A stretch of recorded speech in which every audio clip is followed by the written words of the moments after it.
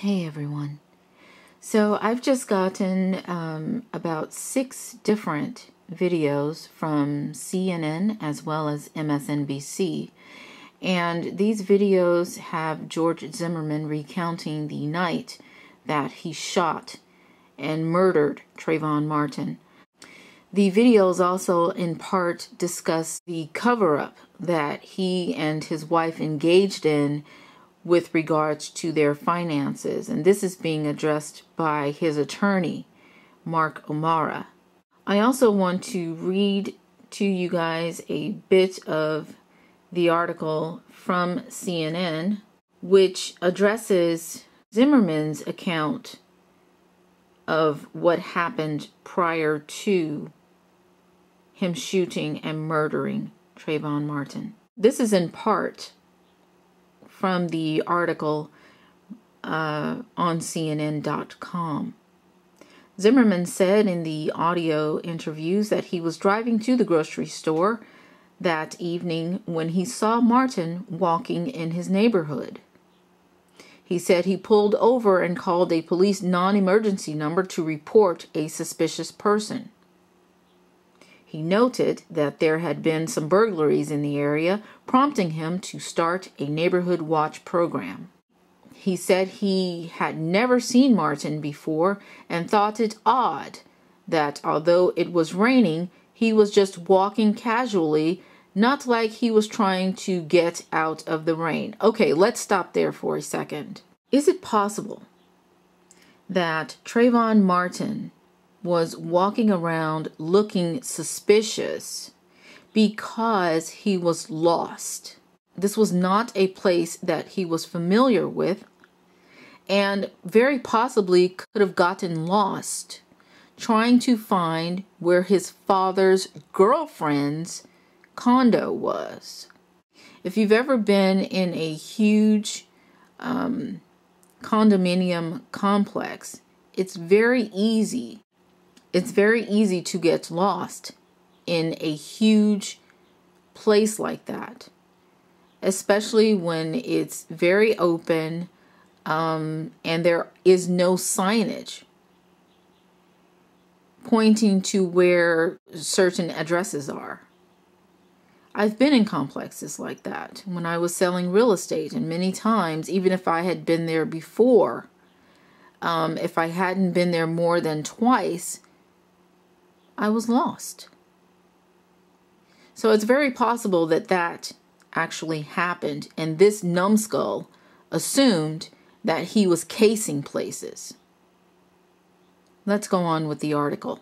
In another police interview on February 29th, 3 days after the shooting, Zimmerman told Sanford, Florida homicide investigator Chris Serino he also felt the youth was suspicious because he stopped in front of a home Zimmerman had previously called about, a home that was broken into after his reporting another suspicious person.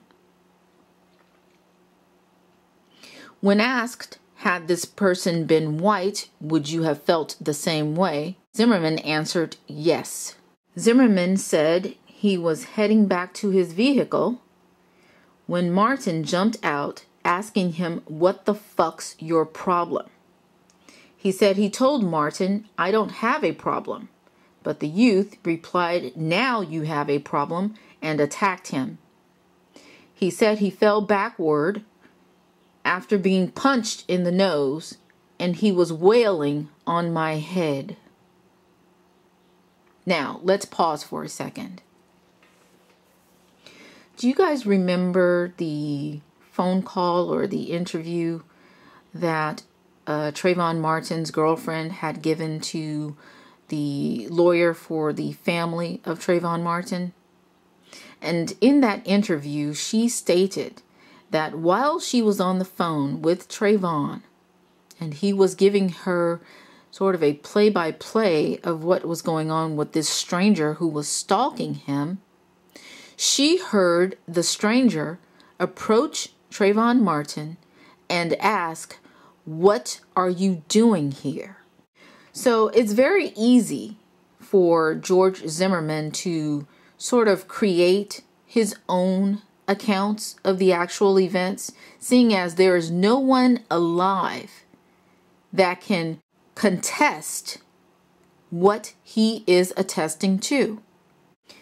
He also claims that Trayvon Martin threatened his life, that he threatened to kill him.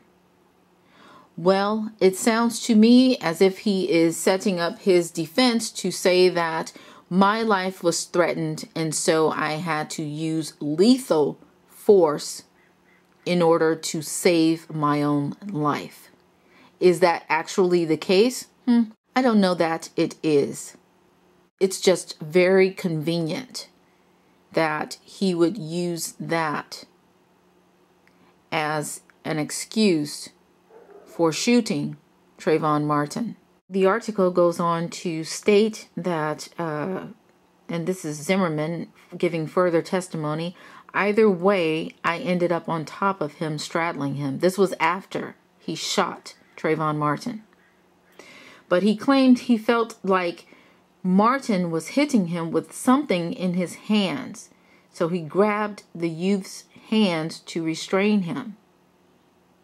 Martin was saying something like, and cursing, Zimmerman said, and he told him, stop, don't move.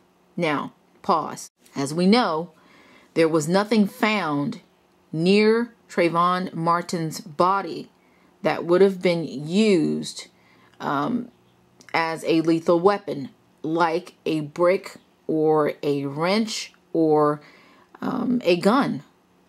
So he was basically, defending himself with his fists. And Zimmerman is saying he felt like he was being hit with something else. Yeah, you were being hit with fists that were trying to defend his own life. The article goes on to say that Zimmerman discusses health insurance with a police officer and mentions he visited the doctor and the psychologist that day.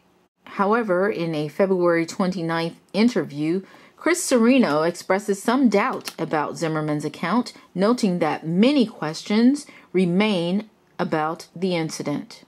The quote from Chris Serino is, "The court of public opinion is going to beat up on you a lot. A lot of people don't think that your injuries are consistent with getting into a life-threatening type thing." Chris Serino goes on to speak about Trayvon Martin, and he says, "We found a can of iced tea, a bag of Skittles, and about $40 in cash. Not a goon." This article goes on to say that he tells Zimmerman he has received an anonymous phone call, and this is in quotes, from somebody who gave a different version of events, more along the lines that you tried to detain him. Serino goes on to ask Zimmerman, "You got any problems with black people?"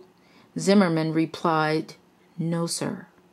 Serino goes on to say that he told Zimmerman authorities can't figure out what would have made Martin snap. Zimmerman said he didn't know what might have enraged the teen. And the investigator expresses doubt that Zimmerman, who had lived in the neighborhood for 3 years and described himself as head of the neighborhood watch, did not know the names of the 3 streets in the subdivision. Zimmerman, and this is in quotes, said, "To be honest with you, I have a bad memory anyway," adding that he has attention deficit disorder and takes medication for it. You have a bad memory, but you can recount every detail of this murder that was committed. Not only that, but he's taking medication for hyperactivity. Was he on his medication the night that he murdered Trayvon Martin? Anyways, here are the videos for you guys. Please leave your opinions and comments. Thanks for watching. Right here, right in front of this house. Okay. Right in front of 1460? Yes, sir. I left for the grocery store and I just felt like something was off about him. Right. So I said, and there's been a history of break-ins in that building, and I called previously about this house. Right. Did he walk off from there, or did he stop there last night? He stopped, and he like looked around, and that's why that's what threw me off. Was it's raining. I didn't understand why somebody would be just stopping in the rain. Where was he standing at when he stopped? Right in front of 1460. I called the non-emergency line, and when I got through, I parked at the clubhouse. All right. So you just pulled in here. Yes, sir. And this is where you got out? No. This is where I just stopped to call, and then he walked past me, and he kept looking at my car, and still looking around at the houses and stuff. So then the dispatcher said, where did he go? What direction did he go in? And I said, I don't know. I parked right about where that sign is in the yard. In front of the Ford truck? Yes. Right about here. And I saw him walking back that way and then cut through the back of the houses. He looked back and he noticed me and he cut back through the houses. I was still on the phone with non-emergency. And then he came back and he started walking up towards the grass and then came down and circled my car. And I told the operator that. He was circling my car. I didn't hear if he said anything. Right. But he had his hand in his waistband. And I think I told the operator that. And I said, I don't know an address. I think I gave them my address. And they said, give us directions to get to you. And I said, if you tell the police to go straight up the clubhouse and make a left, my truck will be there. And again, they asked me where he went, what direction he went in. And I said, I don't know. And then I thought to get out and look for a street sign. Right. So I got out of my car and I started walking. Right. Go ahead. Oh, I was still on the phone with non-emergency and I started walking. Okay. Down this way. And because I didn't see a street sign here, but I knew if I went straight through that's Retreat View Circle, and I could give him an address because he said, just give me the address of the house you're in front of. Okay. And there's no address because these are the back of the houses. I got to about here and I had a flashlight with me. Okay. The flashlight was dead though, and I looked around and I didn't see anybody. And I told non-emergency, I said, you know what, he's gone. He's not even here. Right. So I still thought I could use their address, so I walked all the way through.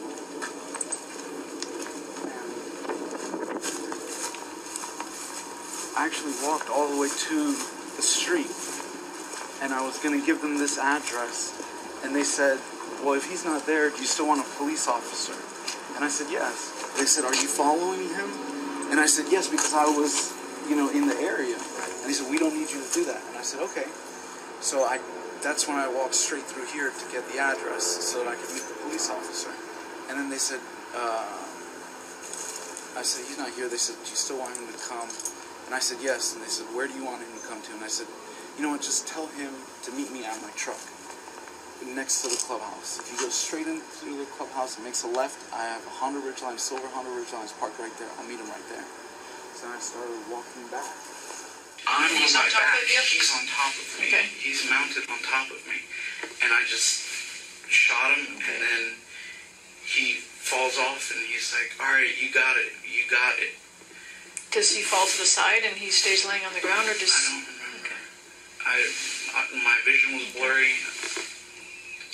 And you didn't feel him fall towards you?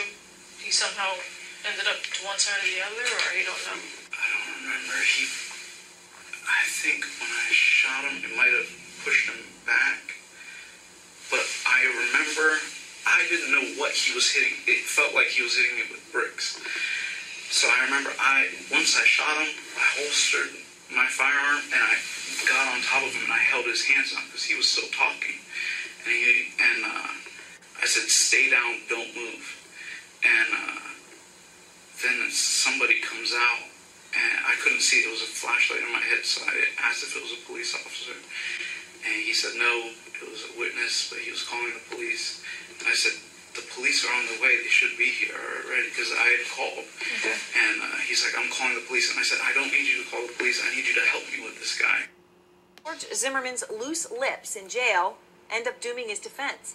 Prosecutors say that newly released jailhouse calls between Zimmerman and his wife show the couple speaking in code about plans to move tens of thousands of dollars between bank accounts. Call him and make sure that he does it every day, and that you transfer from mine to yours every day. Transfer from mine to yours every day and set an alarm in my phone to remind me within 24 hours. Okay.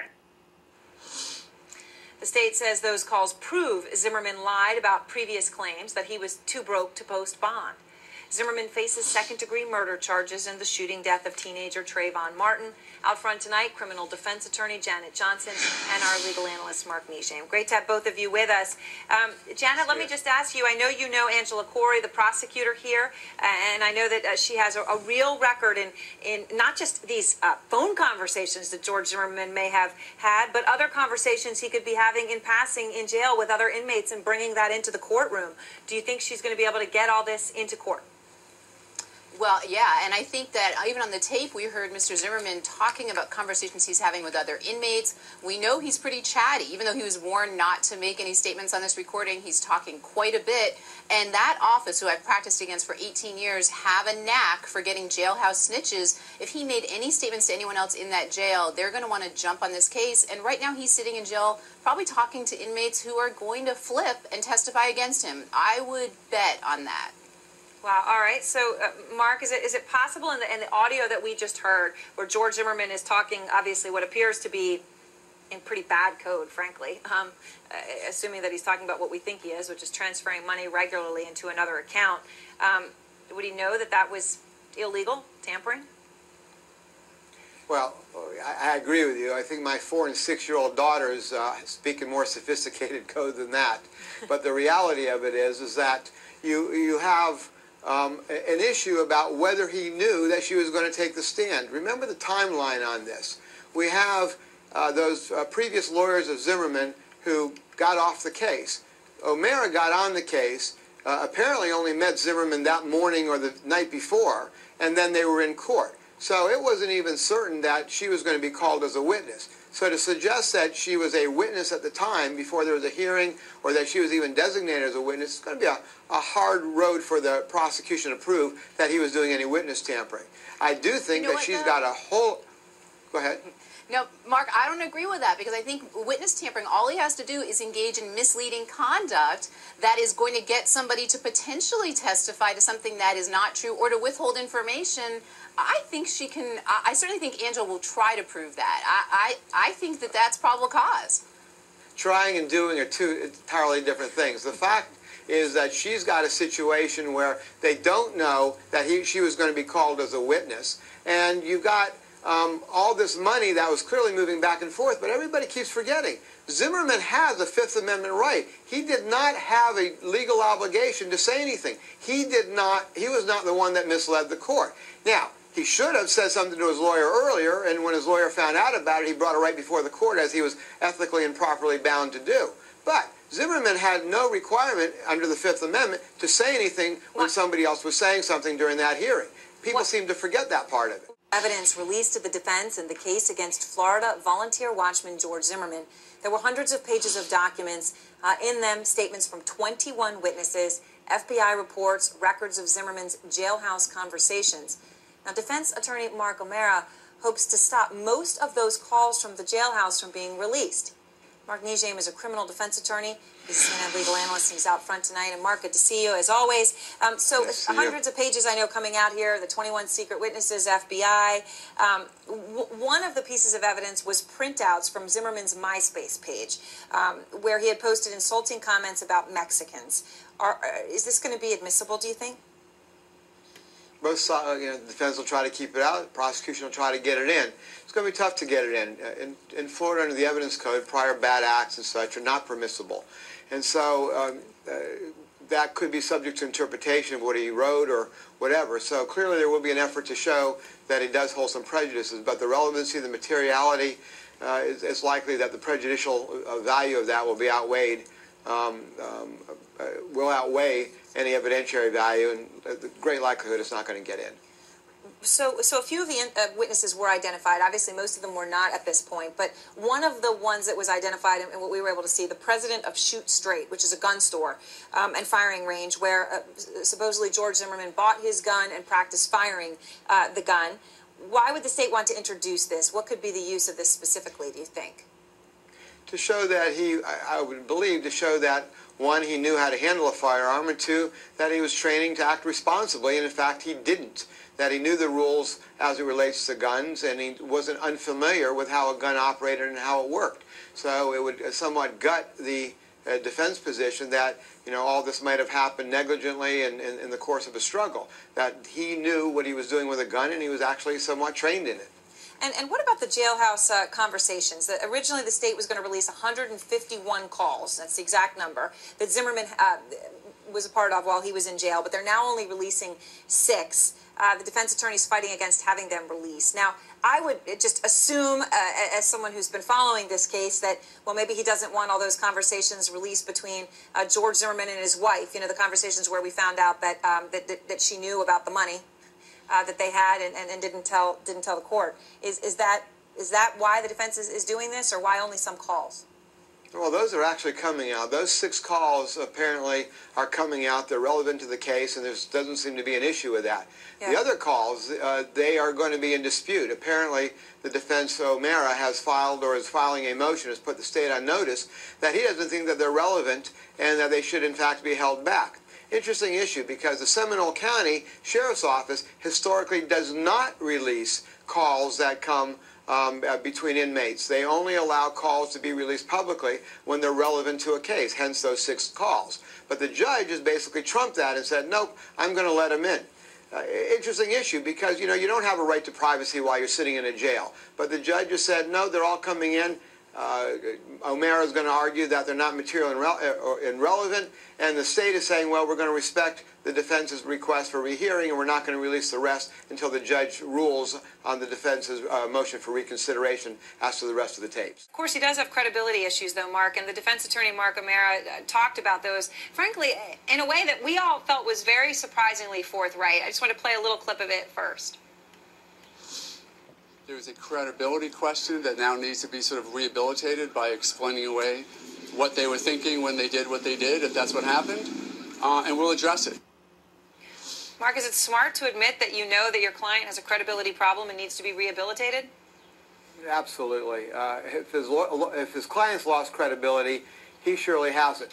The judge commented about that. Even Trayvon's defense team has talked about what an ethical, credible person O'Mara is. When he found out about this, he brought it right to the judge's attention, which is the ethical and proper thing to be done. As long as he maintains his credibility before the court, then his client has a modicum of a chance. If he had no credibility, then his client has no chance. I have to disagree with this completely. I mean, his job, O'Mara's job, is to be an advocate for his client and to explain how this error could have occurred. And O'Mara seems to be covering this like he's a journalist. It's like, well, maybe my client's got a credibility problem. And by the way, I'm going to have to investigate a little bit more before I tell you whether I think he's guilty or innocent. Mm-hmm. Most of the time you see defense attorneys come out strong and say, my client's innocent. It's an outrage that he's been imprisoned. And this, yes, this error took place, but you try to come up with a reasonable way to explain it. You don't say, well, maybe my client's a liar. You know, I don't think that helps you try a case in front of a jury. May I, if I could, though, that's one reason I don't believe that there should be a bond hearing. Because it's one thing to say that to the press, it's quite another that you're going to go before a court and then have your client fall on the sword, which I don't think is going to help the client. But Mark, why are we saying that to the press? Why aren't we saying to the press, you know, he made a mistake, he was in a panic situation? Why are we saying to the press, well, there's a credibility problem? I mean, that means there's a lying problem. So I don't know why. Right, you're admitting it was a lie as opposed to an oversight. I mean, right, Mark? Implicitly, you are. And there are jurors out there saying even O'Mara doesn't believe this guy. That's well, what they're thinking. I think there's no question about it, but the fact that they've got those tapes, which are incredibly damning, there's no way around that. Him and his wife were clearly talking about $115,000. So rather than losing his credibility and coming out beating on his chest like some defense lawyers do and having no credibility, apparently he's taken the path of saying, I'm going to maintain my credibility. I do think it's a major risk to allow the client to take the stand and have another binder. O'Mara stays out of jail and Zimmerman goes to jail. So that helps O'Mara a lot. I don't see it helping Zimmerman. Now to the latest on George Zimmerman, the Florida man charged with second-degree murder in the shooting death of 17-year-old Trayvon Martin. This morning, Zimmerman's defense team released new documents related to the investigation. NBC's Kerry Sanders has the latest now from Sanford, Florida. Kerry, good morning. Well, good morning. And George Zimmerman, charged with second-degree murder, remains in a solitary cell here at the Seminole County Jail. As you know, there has been a gradual release of information in this case, most of it released so far by state prosecutors. Now, the defense is releasing some of the information that was gathered in those initial days of the shooting death of Trayvon Martin, including interviews with George Zimmerman, accused of this second-degree murder. There are audio interviews, written statements, and there is an interview with a specialist from the police department, which was recorded on video as well, by an expert who is doing what's called a computer voice stress analysis. I didn't have my phone in the pocket that I thought I had it in. I had it in my jacket pocket, and I reached for my pocket, and I was looking for my phone, and he just punched me in the nose. And I fell backwards to the side. Somehow I ended up on my back. He ended up on top of me, and he just kept punching my face and my head, and I was screaming for help. And he told me, shut the f*** up. I kept yelling for help, and I got a little bit of leverage, and I started to sit up, and then he took my head and slammed it into the concrete several times.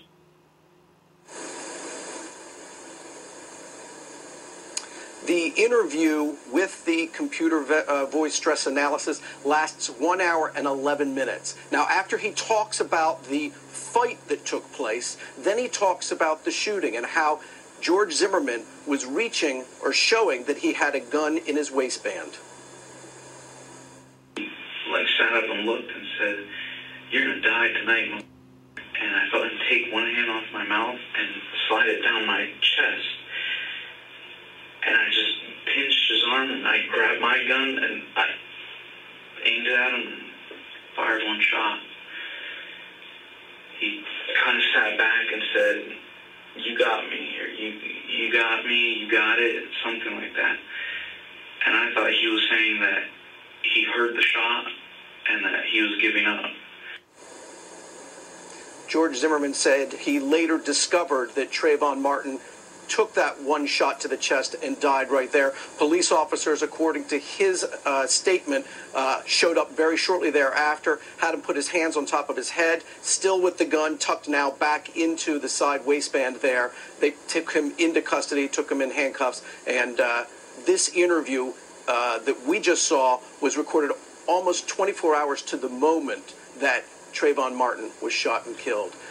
The release of this information is a lot more than just that, but this is the essence of George Zimmerman's story, finally, and hearing it directly from his words and not filtered through any other source.